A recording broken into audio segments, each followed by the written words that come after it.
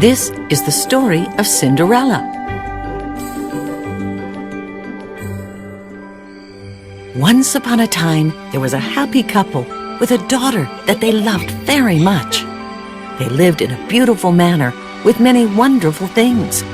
They were kind people, especially the daughter, who loved to play with the mice and pigeons that lived in the garden. One day, the girl's mother became very sick, and the daughter and husband worried that she would not recover. And unfortunately, not long after, the mother passed away. A few years passed, and the father decided to marry a second time, and his new wife was selfish and cruel. She came to live in the beautiful manor with her two daughters, Anastasia and Drusilla, who were vain, greedy, and secretly picked their noses. Jealous of her husband's kind and gentle daughter, the stepsisters made her wear a simple peasant's dress and had her work night and day to keep the manor in tip-top shape. The stepsisters mocked her. You always look like you're covered in ash. We'll call you Cinderella. One morning, an invitation arrived from the palace. The king announced that he would be holding a ball for his son, the prince, to find a wife. The king invited every maiden to attend the grand ball, hoping that his son would find someone to love. The stepsisters were very excited by the possibility of becoming the prince's bride. They ordered Cinderella to make them the most beautiful at the ball. Once the stepsisters were ready for the ball, Cinderella gathered up the courage to ask her stepmother. Can I go to the ball as well? The stepmother's eyes sparkled as she looked at her and replied, Only once you have cleaned the kitchen, swept and mopped the floors, and dusted the bedrooms.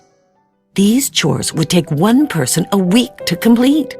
As she sat in the kitchen, surrounded by dirty pots and pans, Cinderella despaired. How will I ever clean all this mess?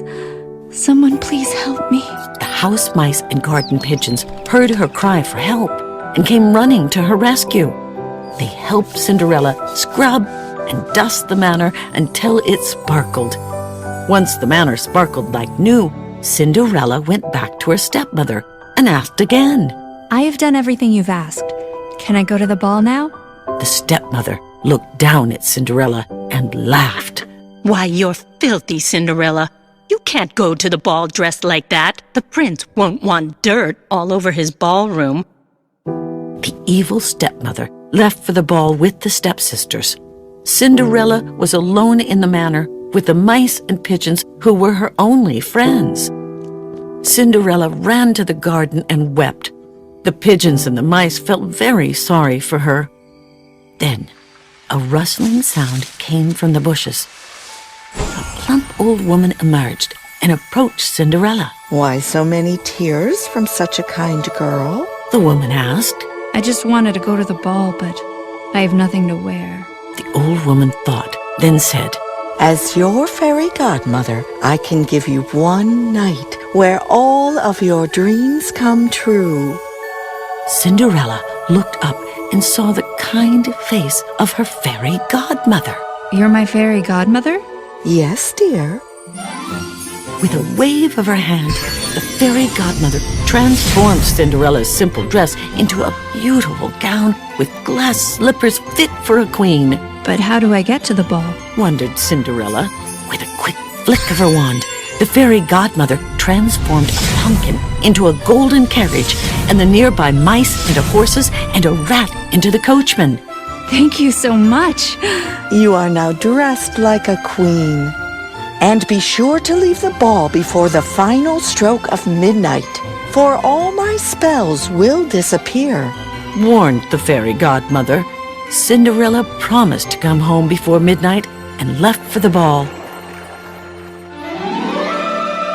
Cinderella arrived at the ball, and all the guests wondered who this beautiful princess was. The prince couldn't take his eyes off her, and they danced all night.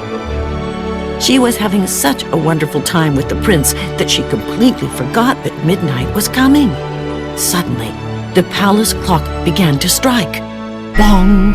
Bong! Sorry, I have have to go. she cried. Wait! Come back! Cried the prince, running after her. In her haste, she lost one of her glass slippers. Desperate to find out who the mystery princess was, the prince declared, Every girl in the land must try on the slipper. Whoever fits this slipper will be my bride. Girl after girl tried on the slipper, but with no success. Finally, the prince arrived at Cinderella's house.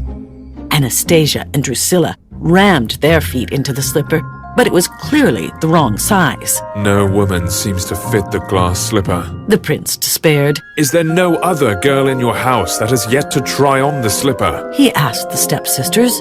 They looked at the stepmother nervously. We only have a kitchen maid.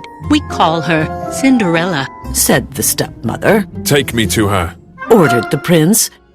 Cinderella was sweeping the kitchen when the prince pulled out the glass slipper and set it in front of Cinderella. Her delicate foot fit perfectly, This is my princess! announced the prince, lifting Cinderella into the air. All the mice and birds rejoiced at their love. The next morning, the prince married Cinderella, and they lived happily ever after. The end.